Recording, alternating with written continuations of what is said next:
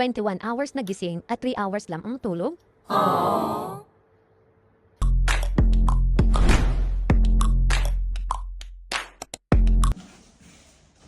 Topic for today, hirap matulog ang may mga Parkinson's disease.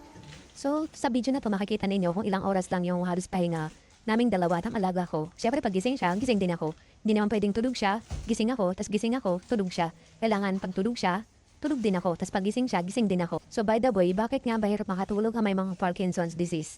Ang mga taong may Parkinson's disease ay nahihirapang matulog dahil sa pagbaba ng dopamine, paliligas ng katawan, panginginig o tremors, madalas na pag-ihi sa gabi, o may mga kasama na rin yung mga epekto ng gamot. Maaari rin itong idulot ng mga mental na kondisyon tulad ng depression, anxiety, o mga panaginip na kinikilos. Narito ang mga pangunahing dahilan kung bakit hirap matulog ang mga may Parkinson's. Pagbaba ng dopamine sa gabi, ang ingay ng ibon, kapag dawala ang epekto ng gamot sa hapon o gabi, bumabalik ang mga sintomas ng motor tulad ng hirap sa paggalaw, paninigas at panginig ng mga nakakaabala sa pagtulog. Ang mga sintomas sa gabi. Kabilang dito, ang madalas na pagising para umihi, pananakit ng katawan at hirap sa pagbaliktad sa kama. Ang mga pasyente ay madalas na inaarte ang kanilang panaginip katulad ng sumisipa, sumusuntok habang natutulog na nagpapababa ng kanilang kalidad sa pagtulog. Ang epekto ng gamot. Ang ilang epekto ng gamot ng mga Parkinson's disease ay maaari magdulot ng matingkad na panaginip o insomnia. Mental na kalusugan, ang depression at anxiety ay karaniwang nakakaapekto sa kakayahang makatulog ng mahimbing. Pagbabago sa utak, ang sakit ay nakakaapekto sa bahagi ng utak na kumokontrol sa sleep-wake cycle o ang natural na orasan ng katawan. Ang hindi magandang tulog sa gabi ay madalas ding nagiging sanhi na matinding antok sa maghapon. Mahalagang ipagbigay alam ito sa doktor upang maisaayos ang schedule ng gamot. Bilang karagdagan sa mga sintomas ng motor na nakakaapekto sa kanilang paggalaw, ang mga pasyente ng Parkinson's disease ay karaniwang may mga sintomas na hindi motor. Ang problema sa pagtulog ay maaaring isa sa mga sintomas na iyon. Ang mga problema sa pagtulog ay karaniwan na maagang Parkinson's disease at habang lumalaki ang sakit. Ang ilang sa mga problema sa pagtulog ay maaaring nagsimula ng ilang taon bago magkaroon ng sintomas ng motor ang pasyente ng Parkinson's disease. Ang Parkinson's disease ay maaari magkaroon ng isa o higit pa sa mga sumusunod na problema sa pagtulog.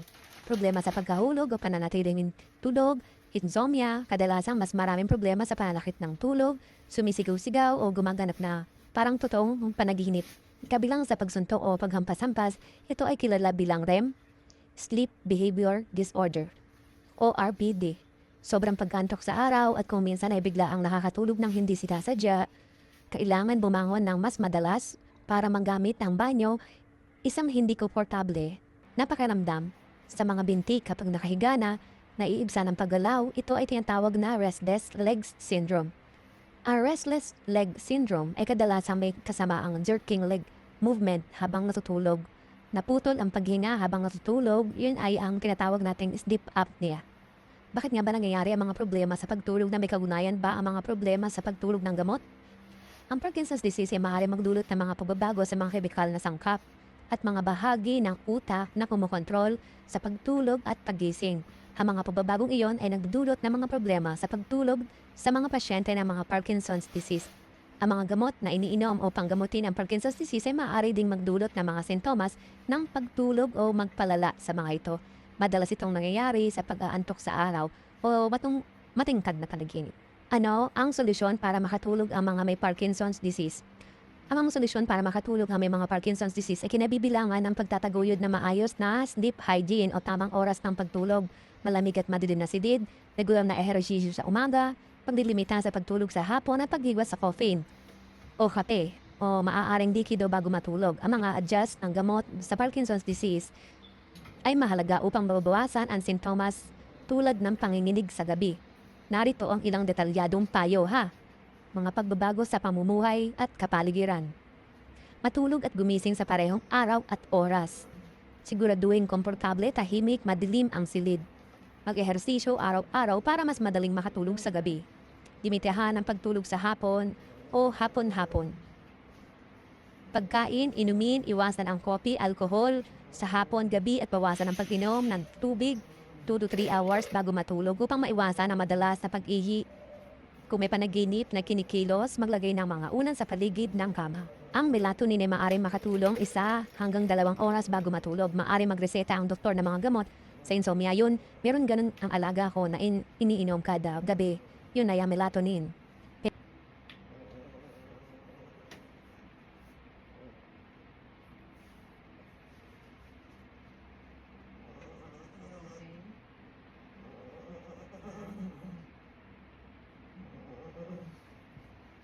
Masahe ko siya ng paulit-ulit para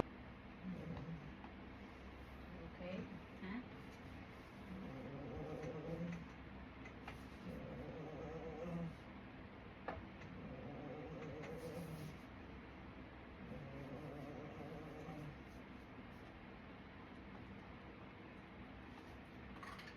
sahihin ko siya para ma-relax yung katawan niya, mawala-wala yung pananakit ng mga binti at mga kamay niya, paninigas ng leeg. Kaya habang bata pa kayo, alagaan ninyo yung mga sarili ninyo. Munting paalala lang na alagaan palagi ang sarili habang bata pa. Ugaliing uminom ng sapat na tubig at matulog sa tamang oras, iwasan ang pagpupuyat habang bata pa para hindi natin to anihin hanggang pagtanda. Kung umabot ka sa video na to, ibig sabihin na interesado ka.